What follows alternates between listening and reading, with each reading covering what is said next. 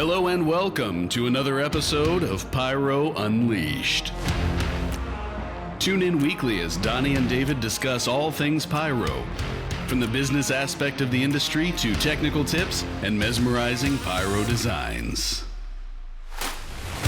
On Pyro Unleashed, we invite cutting-edge experts to the podcast to discuss their role in making this industry a success. So, sit back and unleash your inner pyro with us.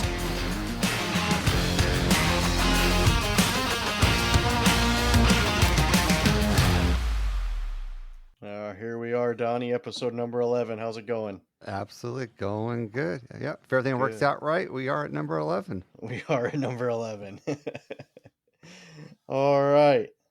Well, a new sponsorship here. We got Dominator Fireworks. Dominator Fireworks is a China-based supplier of all things pyrotechnics, from sparklers to 8-inch display shells and everything in between. Dominator offers almost double the SKUs of any other supplier. Dominator Fireworks was established almost 2 decades ago and has a reliable, trustworthy supplier in the industry since 2005. Dominator has been a lifelong supporter of the PGI, NFA, APA, and countless regional clubs and organizations, and now the Pyro Unleashed podcast. Yeah, big shout out there to Ed over there at Dominator. Yeah, really appreciate that, Ed. Yeah, for sponsoring us and being a supporter of the podcast. He was one of our first guests on here, and yeah, he was the first guest. So yeah, really huge shout out to him for helping us out and supporting the podcast. Absolutely. It looks like we have a guest tonight, don't we? We do. We have Scott Schuh. How's it going, buddy? It's going well. How's it going to you guys? Good. How's the weather out by you? Hey, anytime, brother. How's the weather out by you? Rain, and more rain. Rain, yep, same here. It's been a very warm winter. It's very unusual. Very warm winter, and now we got a lot of rain. I think we were having 40 mile an hour winds today, which is super weird, but that's whatever. It's spring for you, right? Mm-hmm. How about you, Donnie? How's the weather by you, brother? It's kind of hit and miss. I mean, it was pretty cold this morning. We had some snow flurries this morning, but it's like same with you guys here in Missouri. It's been a fairly warm winter, so yeah. It was kind of breezy over the weekend, nice, but I'm supposed to be back in the 70s this coming weekend, so it's a roller coaster this time of year. Yeah, 70s sounds absolutely phenomenal. I wish. All right, Scott. So, man, how did you get into fireworks?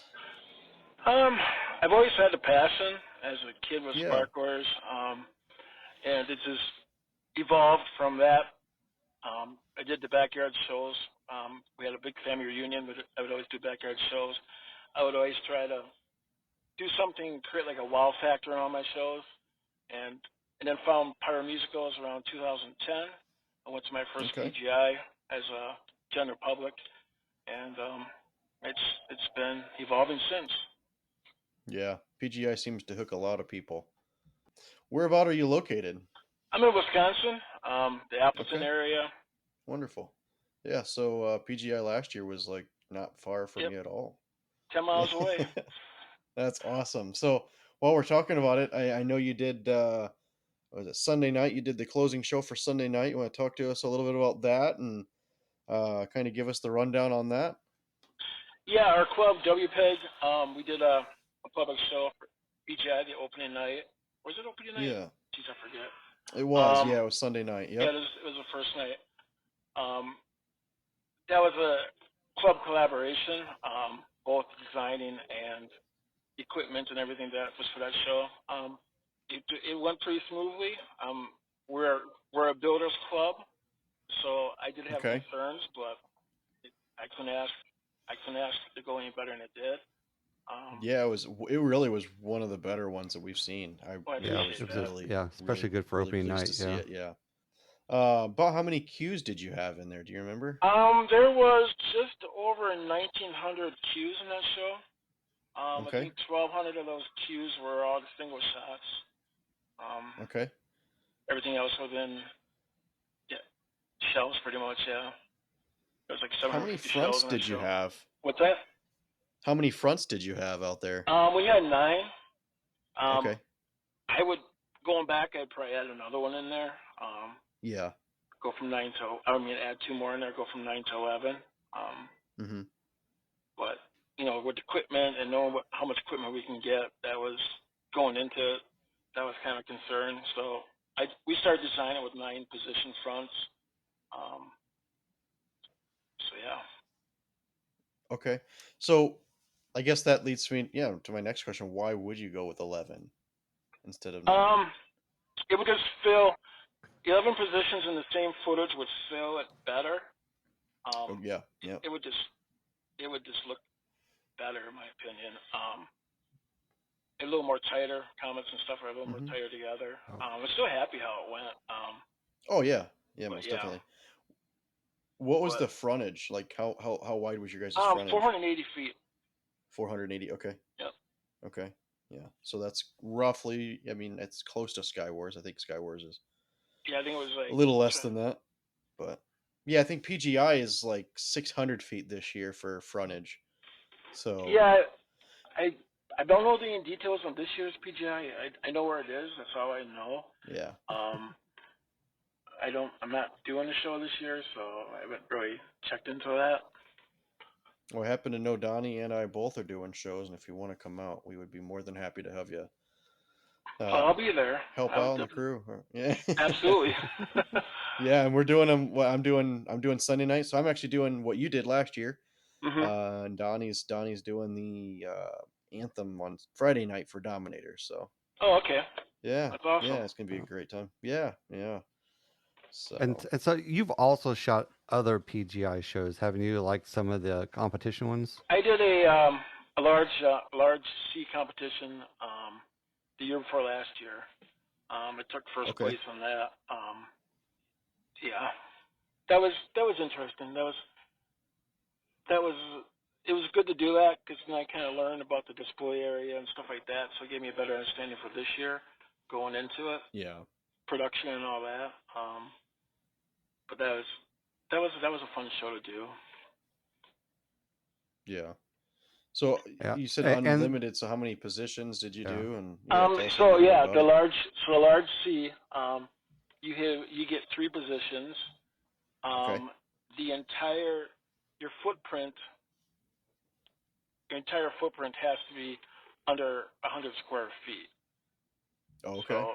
So each position like 10 by 10 feet, a 10-foot square, and then you get 3 positions.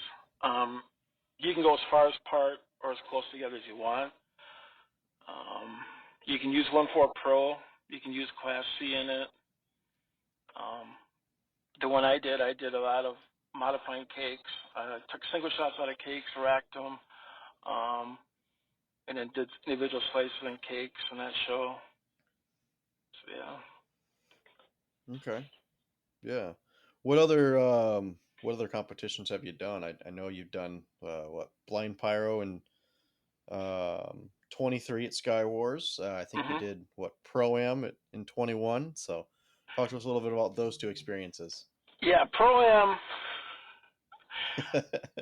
about as bad as it can go for somebody.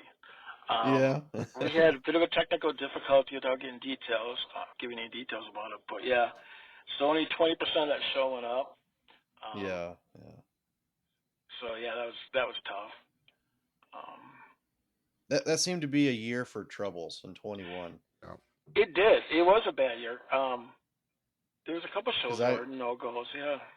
Yeah, a couple years. I think it was 2 or 3 of them that were no-goes. I know we had crews out in the field trying to fix wires because the safety team was out and ran over some of our trunk lines, and we had to clean all that up. But got all that squared away, and thank God we were able to get I think we got.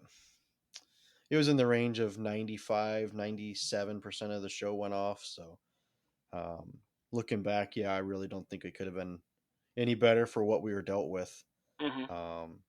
Yeah, really glad we got it off the ground. But yeah, no, I feel for you having complications in a big site like that. I mean, obviously last year, don't mean to harp on it a lot, but had a messed up soundtrack last year. So I feel for you. I know exactly what it feels like for something to go wrong. And it always seems like, for you and I mean, obviously it's like, if it's going to go wrong, it's going to go really wrong. Yeah, that's just the case. I feel you. When you're going into the pro-am, Scott, I mean, how did you prepare for that? Like, what did you do to prepare to get ready for all that? So I started choreographing, I think in March already. March and April, I start working on the show, selecting the music, and I started putting it together. It's an awesome opportunity. It's stressful. I enjoyed everything about it. That year we also dealt with the problem with the shortages. So 1.4 Pro was almost impossible to find at that time. Really hard to find. It really was, yeah. Yeah. So it created some issues with that. But I mean, the experience, I still look at the experience. It was an awesome experience, even though we had a problem out in the technical difficulty and stuff. But I still enjoyed it. Yeah. Did you do any dry runs for that show at all, or? I did. But I don't want to discuss the technical difficulty. I mean, people are close to me know exactly what happened. Yeah. But yeah, I don't want to really go into details on it. But yeah, I definitely did. No, you're good. Yeah. I definitely did that. So some things I think you will talk about. How many helpers did you have for that show? We had myself. I'm thinking 6 or 7. 6 or 7. That helped on that show. Yeah. Did you feel like that was enough help? I mean, say everything was up to par. It was, because I did no prep beforehand other than labeling stuff, and we had the show done, all set up. I would like stuff earlier than we did, but we're still set up within 2-3 hours before the show. Okay. But I mean, there's a lot to learn in that pro-am. I mean, I learned about what to do, doing some of the pre-work, the pre-setup stuff. Also, with the firing system and testing stuff, I mean, I learned a lot on that too. That's a mistake you don't want to make twice. Yeah. I mean, it was a learning experience. Understand. Yeah. And I'm just briefly touched on that. Like, what firing systems do you normally use? I use FireTech personally. I shoot with J&M. That's all Cobra. The WPAG show was all Cobra last year. I know quite a bit about Cobra, but I don't know do the technical stuff. Like with FireTech, I know more of the technical things. But yeah. If you had to choose another firing system to shoot with, what would you choose? If you decided FireTech and Cobra weren't the ones for you, or do you feel like those are the best? I mean, Mongoose isn't a bad choice. I mean, yeah. From what I've seen of it, no, I've looked at it myself, man. Yeah, from what I've seen of it. I think in PGI we discussed it a little bit. Mhm. Yeah, I mean, sitting side by side with Sean, both at PGI with the large C competitions 2 years ago, and the Blind Pyro. I mean, the system works really nice. It's got a lot of features other systems don't have. But yeah, that probably would be the route I would take. I mean, I still would stay with FireTech. That was the first system I went with. I felt was for me. I like that everything is compact. It's small, and it was ahead of its time. Everything else is kind of caught up to FireTech now, but it was kind of ahead of its time with the DMX and time code and different things it had. So yeah. Okay. So would you think about reapplying for Pro-Am again, or another division at PGI, or I'm sorry, Skywars? That is a serious question. I want to say 70% chance I would. Yeah. Okay. It's gotten really big now. I mean, it has. Yeah, you're I think I was hearing the most entries they've ever had this year. Oh, really? Yeah. I mean, you're looking at you're looking at 3,000 cues just to compete nowadays in Pro-Am. It's crazy, yeah. Yeah. Yeah. No, I And mean, then it does take a lot. for like a first time pro-am person, what's the number one tip that you would maybe make a suggestion for them?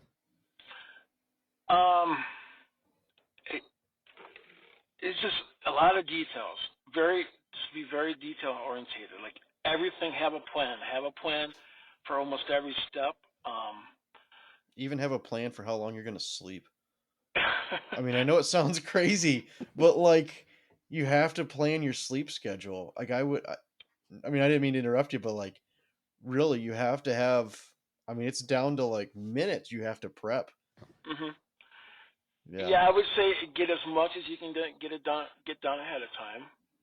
I mean, I don't want to go into specifics on that because some people say yes, some people say no. So I'm sure people know what I'm talking about.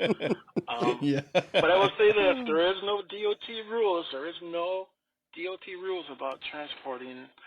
But yeah, I agree. I'm right as far there as with I'll you. say to that. But, I'll say it for you, man. I prep all of my shows as much as I can ahead of time. I mean, I go as far as putting plugs into slats. As long as there's no battery power to it, I'm gonna plug it in and get as much pre-work done as I can. I mean, that was literally the only way we got our Skywars show together this last year. I mean, we showed up with everything ready to go. That was the only way we had enough time. I had matches in every effect already. And then, let's see, 9 of my 21 fronts were completely plugged in. So if it wasn't for that, there's no way I'd have got my show off the ground. No, I believe it because I had my Pro-Am, I had around 900 cues, and it took us, with no prep other than labeling, it took us every bit of time we needed to set that show up. So I believe that. I mean, the same as the PGI show too. We had the single shot racks already done. And the thing with the single shot racks too is you want people that you can really trust. They're not going to make a mistake. Because if you get one comment or one line going the wrong way, everybody's going to notice it. Everybody's going to see it. Yeah. I mean, we did have an issue in the WPAG show. We had in our number 9 position. Somebody was pulling the plastic off the rack, and they pulled a bundle of single shots off the panoramas, and without really looking where it belongs, they just put that bundle back on. So you have, throughout that show, I think, there's like 5 shots going the wrong way. So things like that can happen. Yeah, I always put, I mean, personally, I do. You said that, and that's funny because I try and put the most experienced people on the fronts because, I mean, really you look at pyro musicals nowadays, and I mean, that's the most important part. I mean, you said it yourself. You had 1,200 of your 1,900 cues at PGI was just frontage. And I mean, that's probably the key, most key part of musicals anymore is the frontage, the precision work. Because, I mean, as nice as shells are, I agree with Tong Po or Ellery. Like, they're really meant to accent. Your single shots keep your timing, they keep your pace, and that's why I like, especially what Ellery does. He does phenomenal work, and primarily because he understands that shells are not they're not reliable on timing, or is reliable as a single shot can be. Yeah, and you're not creating any patterns or anything with shells either. Right. They just kind of accent things, filler. That's pretty much, and then like certain music is going to call for certain shells, like your willow shells, your nishiki shells, horsetails, and them kind of shells like that. Otherwise, yeah. So I'm going to ask you a question that I ask everybody because I like to get other people's opinions. Does the music come first, or does the fireworks come first? Music. And how hard is it for you to pick your music track? I have a list of probably 20 songs. Okay. If you told me how to create a power musical tomorrow, I could find the 3, 4, 5 songs I'm going to use, because I know which ones I like the most, and those are the ones I would pick from. Because I got a few songs on that list, like I can't wait to use that song. I can't wait to use a song on the fireworks show, Yeah. Is it Katy Perry? It ain't no Katy Perry. It is no Katy Perry. He is not even an epic version of her, no. No, I know your style. I wouldn't think you would put Katy Perry in a song or in a show. I like dramatic stuff. That's definitely my thing. Yep. Yeah. No, I like the epic dramatic stuff. I don't know. Lately I've been kind of leaning more towards EDM, and I think that's more because I'm starting to get into the DMX and lighting and all that kind of stuff. Now I did try. A lot of it. Yeah. Oh, yeah, sure. A lot of it's just due to doing CobraCon this year. I mean, the cold closing show is just that. It's well, I guess by the time you guys hear this, it'll be done. But what were you saying? I did an EDM song in the Pro-Am, Armin van Buuren song. I did do one of those. Actually, there was 2 of them in it. There was another one. There's an Alan Walker that was in it too, but it was more of a slow. Was that Faded? Yeah, it was Faded. Yep. Yeah, I love that piece. It's a beautiful, wonderfully orchestrated piece. I'll have to do it justice someday. But that's the thing too. I never go back to the music I used. It's always something new and fresh. I just never feel like it just feels stale to use a song I already used in the past. I think I've only ever heard of one person really reusing music, and when I heard why he does it, it made complete sense. So, really famous person actually, but he actually tests music for like 3 years. He'll go to different venues and he'll test the same song and script different things differently and see how he gets the reactions from each way of scripting it, and then that's what he takes to competitions. That's an interesting technique. Yeah. So I don't know. It's intriguing to me. I'm gonna have to dive a little bit more into it because I don't know. I'll have to ask you off air who this individual is. I'm interested to know who this is now. Yeah. It's when I say his name, you're gonna be like, no way. But yeah, it's pretty cool. So, so let's talk about Blind Pyro last year. How did that go for you? That is an awesome experience. I entered the Blind Pyro back, I want to say, was it 2019? The year that the demos got shut down.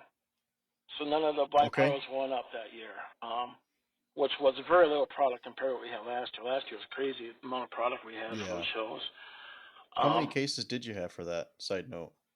It was a lot. Roughly. Yeah, a lot. Maybe there's more than somewhere in the neighborhood of it? 15 to 20 in there, maybe. That was a lot. Cases. Wow. And probably more like 15. I'm thinking now. So with that, I had a rough script created. Basically, that just featured the single shots, and I had just blank places for cakes to put cakes in that show. And of course, when we got our single shots, there's a lot of stuff that got taken out of that show too because there wasn't enough. And you think you have time to modify cakes and stuff, but you really don't have a whole lot of time to modify anything. It's like 4 hours, right? Yeah. So I considered taking like single shots out of cakes and stuff, but once we started working on it, I was like, yeah, this isn't going to happen. So what I ended up doing is use my single shots to emphasize the parts of the music and then use the cakes as filler. And I think I modified one cake. I took one cake apart, created some slices out of it. But you are seriously pressed for time. I mean, we didn't have anything wired up because I was trying to choreograph at the same time they were tearing stuff apart and e-matching stuff. And we had, I think, 45 minutes to get everything e-matched. That's how much time I got out there, and then we had to rush to get it done. But it went off great. I mean, I'm happy with the show. We got second place. Yeah, awesome. Yeah. Did you guys like divide up the roles on the team? Like each person was responsible for a different part of it, or did you guys kind of just swarm at one task at a time? No, Yeah, these are questions we ask him after. So I kind of, I'm just kidding. So I dictated pretty much what everybody's going to do. So I got the guys that are more technical and more detailed oriented guys. Well, that's what the jobs they got. And then the people that don't know as much, they tore cakes apart and did stuff like that. So yeah, you can't dictate. You can't know what each person's strength is, and that's where you put that person. It works great that way. So how do you label things, or how do you know where to plug things in? Like, post designing and you're starting to plug things in. What does that look like? You're talking about the blind pyro, yeah? Yeah, the blind pyro, yeah. I create labels with labeled stuff. But they're very generic labels. They would say like red comet or red mine, or just very generic. And you still knew what product it is, like a single shot. You knew it was like some kind of red mine or whatever, and you knew that would have been a red mine. So it was pretty simple that way. Yeah. And the cakes, of course, I modified. I took the printer with me too, so I modified everything in the camper and then printed off labels, and yeah, it worked out pretty well. There's really no mistakes. I mean, we had one mine go the wrong way in the opener part, but everything went off pretty well. Okay. If anybody has an opportunity to do it, do it. It is a lot of fun. Yeah. What other events are you attending this year? Are you going to anything? I know. I'll be at PGI again. I'll be at Sky Wars. Those are my two events I go to every year. Yeah. Then I got my club shoots, the WPAG shoots. I try to make as many as possible. Depends on my work schedule. Now, earlier you mentioned a little bit about WPAG being a builders club. Mm-hmm. So tell us a little bit about, like what do you guys build, and like, how does that kind of work and stuff as far as the club aspect? Yeah, our club is mainly builders. That's just because that's the membership and that's what people are into. But we're getting more display people are joining the club, the backyard display guys like myself and others. But yeah, we have some excellent builders in our club. I mean, we showcase some of the shells in the WPAG show. Like, for instance, the very last shell that goes up at the end of that show, that was made by Ron Jansen. That was a 12-inch shell. And we had another Ron shells. I think it was after the Welcome to My House. I think there was a nice shell that went up. Mark Martin had a multi-break Italian shell that went up at the end of the 70 show opener, which was supposed to go higher in the air, but when it lifted out of the mortar, it punched the mortar into the ground like 3 feet or something like that, and cushioned it. So yeah, it didn't get near as much height as it should have gotten. So yeah. Okay. Do you guys build year round and just like store stuff and then shoot them in club shoots and other events? Or? Yeah, so we have guys that have a Type 20 and they build on their own property, and we got some that come and only build there at the club. It all depends what you have for a license and all that. But yeah, we have some great builders. We got the Hornick family that builds rockets and Girandolas, and then we got the shell guys like Ron Jensen, Jerry Kobecki. The Hubins do excellent shells. Yeah, some very pretty shells. If you've been to PGI, all those names sound familiar. You recognize all these names. Yep. Absolutely. Yeah, yep. Absolutely.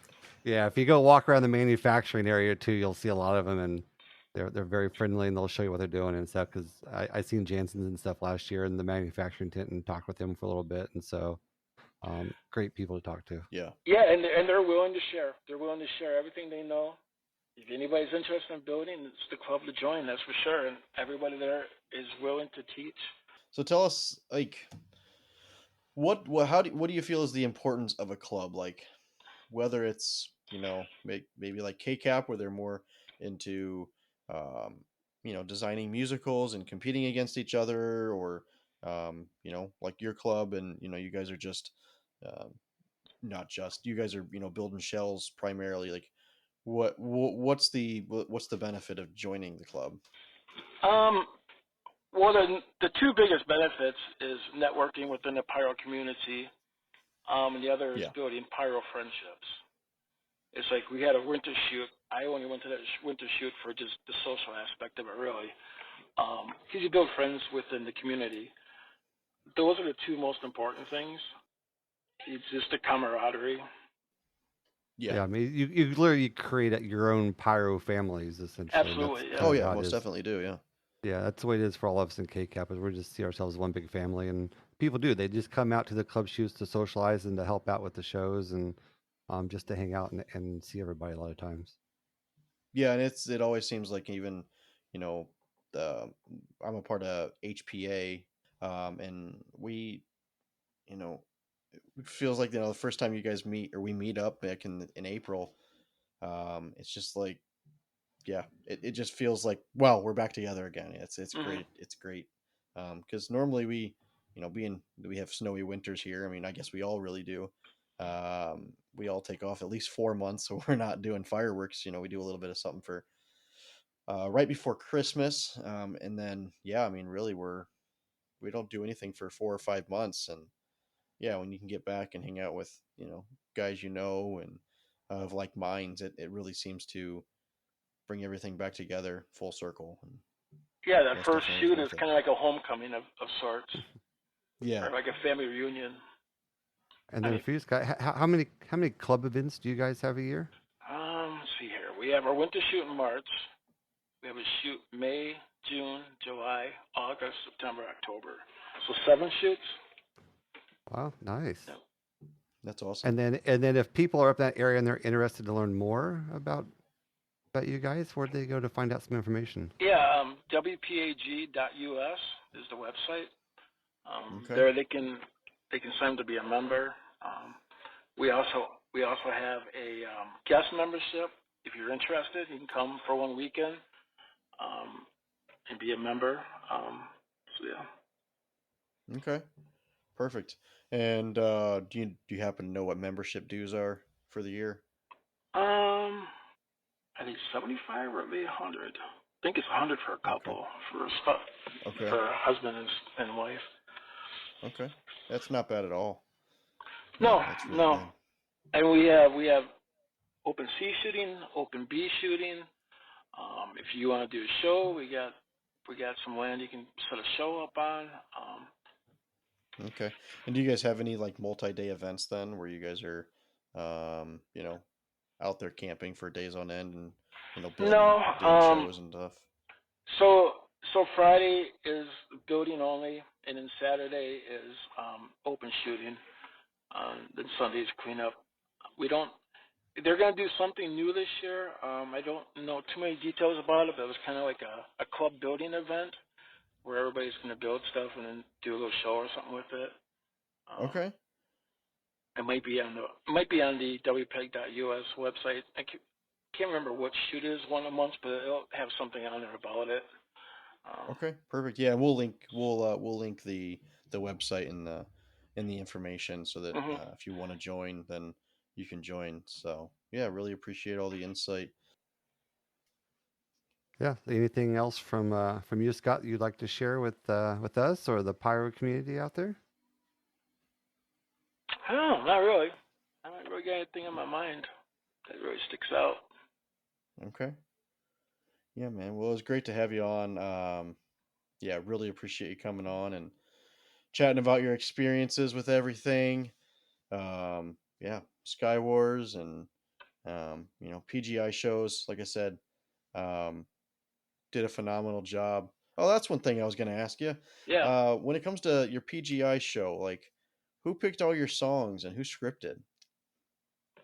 So that was a collaboration.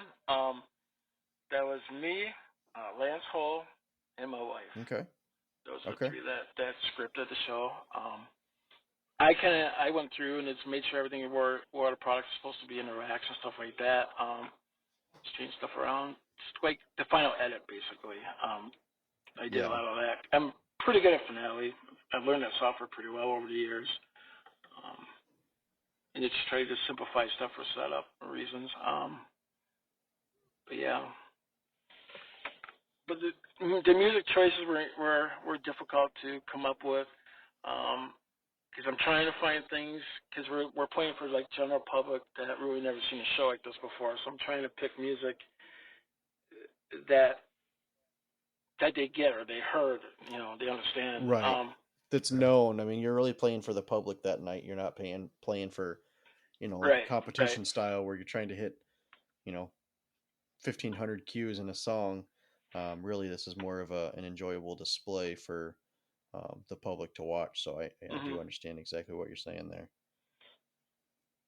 Yeah, I'm trying to think of anything else about it. Yeah, me and Lance, we did all the single shots ahead of time in the shed. What else? And the club members, they wired everything out in the field, the shells and stuff. That was one thing too. Our shells that came in, they sent us all the wrong shells. So. Oh my word. So yeah, it's not exactly how the show should look, but so yeah, I spent Saturday like 5 hours going to find out what we actually had for shells, writing them down, and going back into Finale, changing stuff around, and reprinting off labels, re-putting shells in the show. Yeah, it was a stressful time. I mean, I was the calming person and all that. I was like, yeah, we can take care of it. We can figure this out, Yeah. I mean, where does your mindset go when you get these shells and everybody was panicked. Like, yeah, everybody in the club was panicked, and I'm kind of like, well, it's shells. I mean, shells are not the most difficult thing to script into the show. It's not like your short single shots or something like that. Right. Yeah, where you're trying to figure all that out. Yeah, that's a pain for sure. So basically, I created new sims, or changed the sims, and then basically selected those shells and then replaced them. It was pretty much doing that. Purple Rain got kind of messed up because there's a lot of purple in the show that we were depending on for shells that were not there. That was unfortunate because that song could look so much nicer with the purple. I understand. Yeah. Well, I mean, and like I said, before, I mean, really, the way you scripted it, regardless of, the adversities that you guys went through, like, genuinely, it was really, really good. So, I appreciate that. Yeah. I mean, looking back, I mean, obviously the music was good. You had problems with, your shells, getting there, but if there was anything else that you would change, I mean, would you go back and do anything else? Obviously, we'd probably buy our shells from 9 to 11. Okay, would you? All right.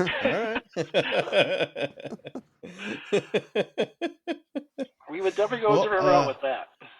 Yeah, I happen to know a guy that can get you those. Just don't buy the assortments. Just don't buy the assortments. No, just don't buy the assortments. No, I agree with you. Don't buy the assortments. Which is hard to not find. Everybody's got assortments, and everybody's going to assortments. Yeah, that's why we started bringing in, the Night Owl Premium, which we'll be putting a lot of that up. It should be going online here pretty quick, and then, but I know we'll be putting a lot of it in the PGI show that we're doing. So really looking forward to that. Lots of new effects coming out of China. I think everybody's going to really like some of the stuff that we're bringing in. And yeah, really just looking forward to it. So yeah, I appreciate that.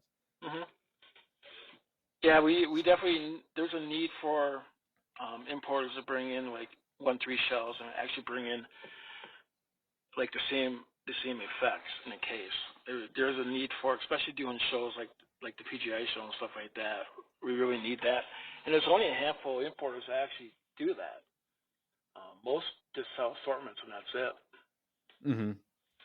Yeah, and as much as assortments are nice, like you're saying, I mean, as much as you're hinting at, like, when you order an assortment, it's not you're never going to get 100% what says that's going to be on that sheet. And I mean, there are times that you will. I'm not going to say there won't be, but I will say probably 5 times out of 10 that, you know, China's really just trying to fulfill these orders because, you know, they're backed up against a wall too, you know, trying to get these cases of fireworks out and put them on a container to get here in time for the 4th.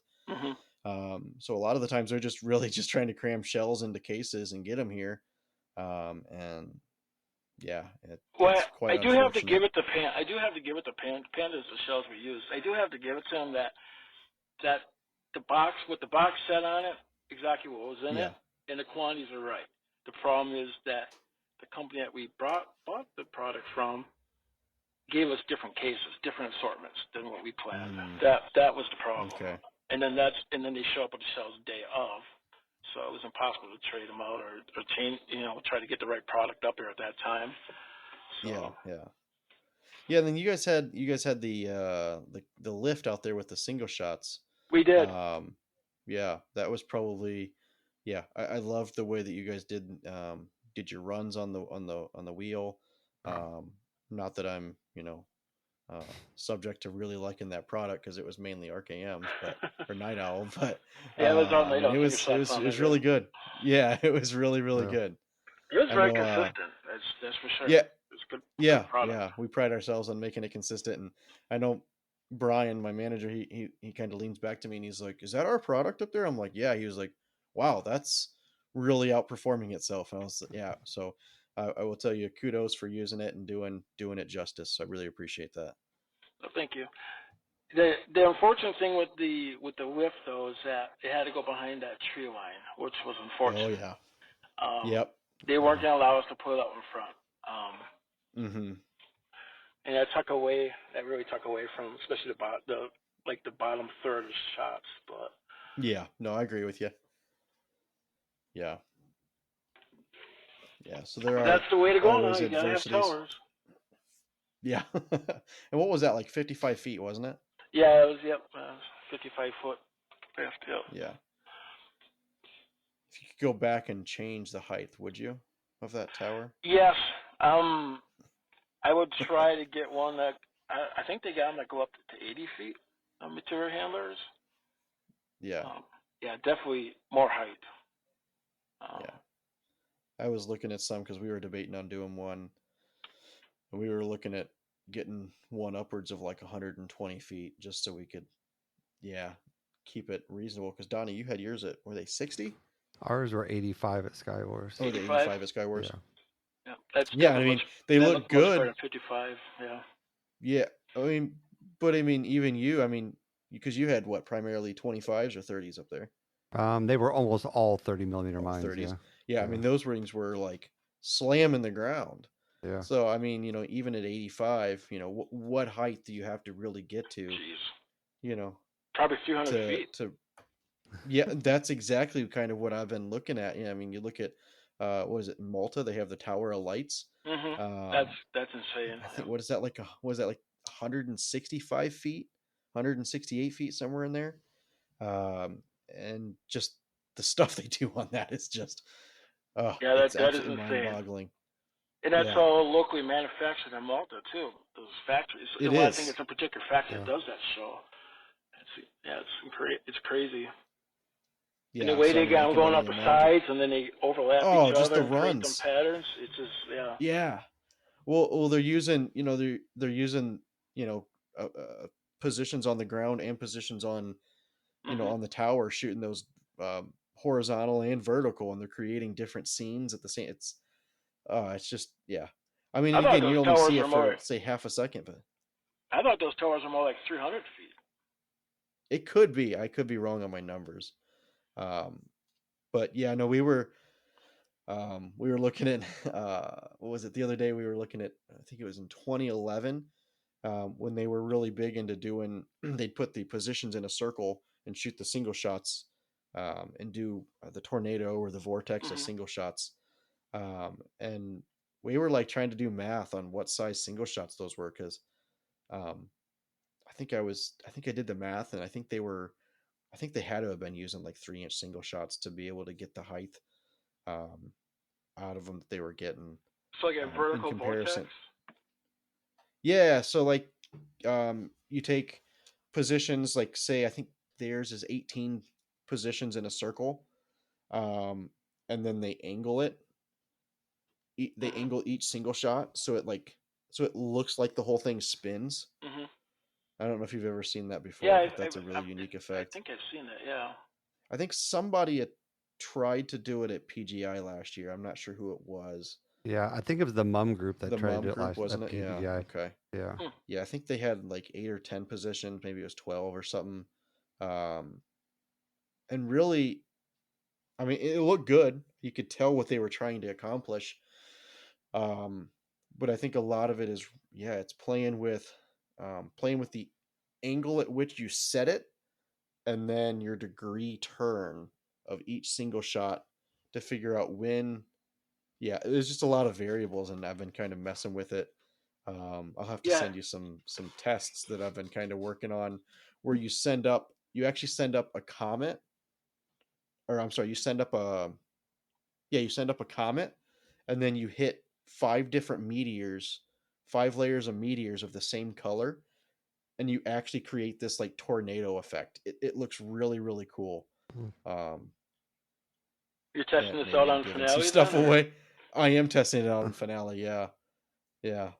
So kind of giving away some secrets of stuff that I'm working on, but it's whatever.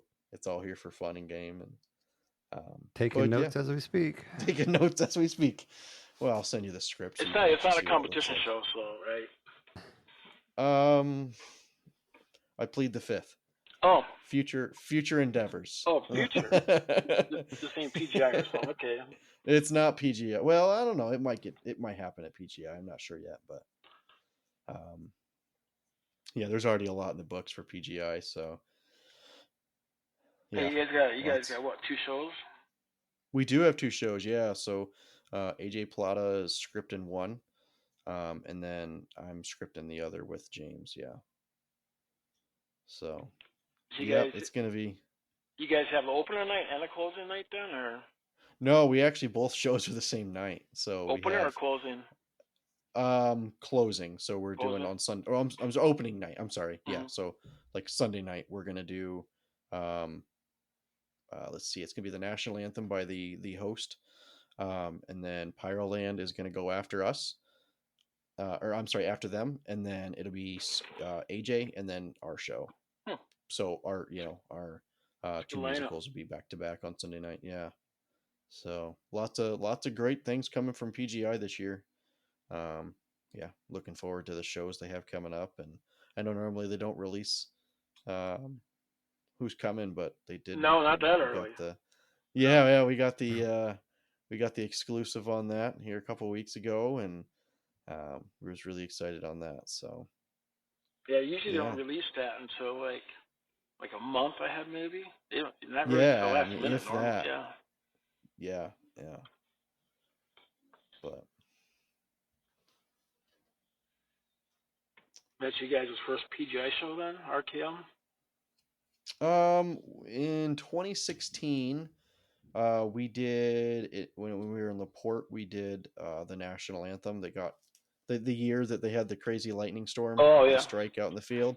We did the national anthem to Madison Rising that night. We were putting up crazy stuff. I think we put up like 12-inch salutes they were making on site, and it was they were hitting pretty hard. But it was unfortunate that like the smoke kind of really killed the view of the display, because of the rainstorm the previous week, the whole week. So was your national anthem, was that on the closing night? It was on the closing night, yeah. Okay, so that was one Great Lakes, and Peter Rogos had them shows that night then. Yeah. Yeah, Peter Rogos, and they did the closing display. So because they had to pause that even a couple times because too much smoke. Yeah, Peter stopped the show a couple times with smoke clearing and started back up. Yeah, I know it was at least once, but I think now that I looking back, I think you're right. It was more than once. I think it was twice. I think so. But crazy things we do for Pyro, right? Well, we are all using wireless systems now, so there's less chance of hitting the module and shooting everything up in the air. Yeah. So, all right. Well, Donnie and Scott, I appreciate you guys coming on. Yeah, I don't know if you have any final words. But thanks Scott. for having me, guys. Yeah. Appreciate you having us or coming on and talking to us a little bit about your experience and talking about, like I said, your PGI experience, Cobra Sky Wars experience, the importance of clubs and whatnot. So, anything else, Donnie? No, I don't think so. Again, thanks Scott for coming on and chatting with us, and enjoyed the conversation tonight and getting to meet Scott really for the first time. Yeah, I haven't met Donnie in person. To chat with you. Yeah. So, it's good to see everybody, and everybody out there listening. Keep up the listens. We seem to be getting some good feedback and some good listens, and so definitely appreciate all the support from all of our listeners out there and our sponsors. And we will see you all next week. And until then, go out and unleash your inner pyro. This has been another episode of Pyro Unleashed. Come back each week for more industry insights, technical tips, and awesome pyro designs. Have fun out there, be safe, and as always, remember to unleash your inner pyro with us.